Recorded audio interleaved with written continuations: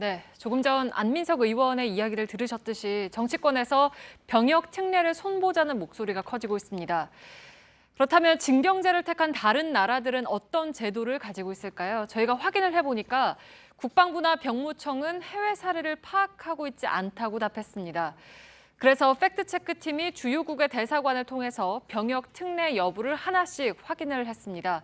앞으로의 논의에 참고가 될 수 있을 것 같습니다. 오대영 기자 설명을 해주실까요? 네, OECD는 37개 회원국으로 구성이 돼 있습니다. 네. 이 중에서 징병제를 쓰고 있는 나라, 노르웨이, 핀란드, 스웨덴, 스위스, 이스라엘, 터키 등이고 우리나라를 포함하면 13개 나라입니다. 우리와 같거나 비슷한 방식으로 병역 면제 혜택을 주는 나라는 없었습니다. 국위 선양을 예외로 인정하지 않는 겁니다. 네, 그러니까 국위 선양이 아니면 혹시 다른 이유나 다른 방식으로 운동선수에게 면제 혜택을 주는 나라가 있습니까? 거의 찾아보기 어렵습니다. 면제 또는 부분적으로 혜택을 주는 유형을 3가지로 나눠서 설명을 드리겠습니다. 네. 먼저 돈을 내고 군대에 가지 않는 제도를 갖고 있는 나라입니다. 터키는 페이 밀리터리 서비스라는 제도가 있습니다. 2015년부터 시작이 됐는데 18,000리라, 현재 가치로 약 300만 원을 내면 완전히 면제가 됩니다. 이 제도는 운동선수에만 해당되지 않습니다. 모든 징병 대상자가 신청을 할 수 있고 정부의 심사를 거쳐서 결정이 됩니다. 시중은행에서 이 자금을 빌려주는 대출 상품까지 등장을 했습니다. 그리스도 만 35세까지 군에 다녀오지 않을 경우에 8,505유로, 우리 돈으로 약 1,100만 원을 내면 기초 훈련만 받고 면제가 됩니다. 이 역시 운동선수만을 위한 제도가 아닙니다. 다만 올림픽 종목에 한해서 뛰어난 자질이 있는 선수는 심사를 해서 체육훈련소 소속으로 대체 복무를 하도록 혜택을 주고 있습니다. 네, 근데 돈을 내고 군대 안 간다는 거는 사실 우리로서는 정서적으로 좀 받아들이기 어려운 사례인 것 같은데. 그렇습니다.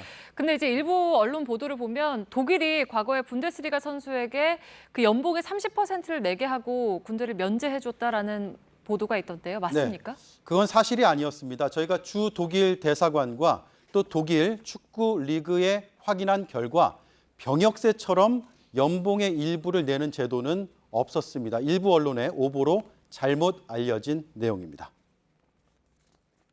I think that's not right. I think that's a rumor. That the player pay money, keep the military service in Germany. I never heard it before, so I don't know where you have this information from. 네. 다음은 어떤 유형입니까? 네, 운동선수가 비전투 부대에서 일할 수 있도록 혜택을 주는 방식인데요. 핀란드와 이스라엘 등이 여기에 해당됩니다. 핀란드는 군사 스포츠 학교를 두고 있습니다. 운동선수뿐만 아니라 e스포츠 선수도 심사를 거쳐서 복무를 할 수 있겠습니다. 이스라엘은 체육부대에서 대체 복무를 하는 제도가 있습니다. 이스라엘 축구 스타인 요시 베나윤이 대표적인 사례입니다. 이 밖에도 노르웨이의 경우에는 네.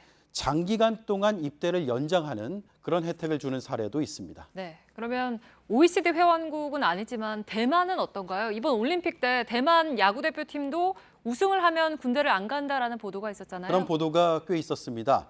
하지만 대만은 올해 1월 1일자로 징병제를 폐지했습니다. 네. 따라서 그런 보도는 사실이 아닙니다. 대만은 지난해까지 우리와 비슷한 병역 특례가 있었습니다. 국제대회에서 수상을 하면 혜택을 줬습니다. 하지만 모병제로 바뀌면서 이 제도는 완전히 사라졌습니다.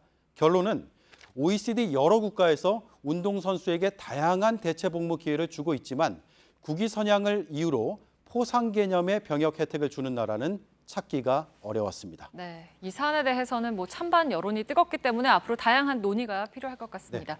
팩트체크 오대영 기자였습니다.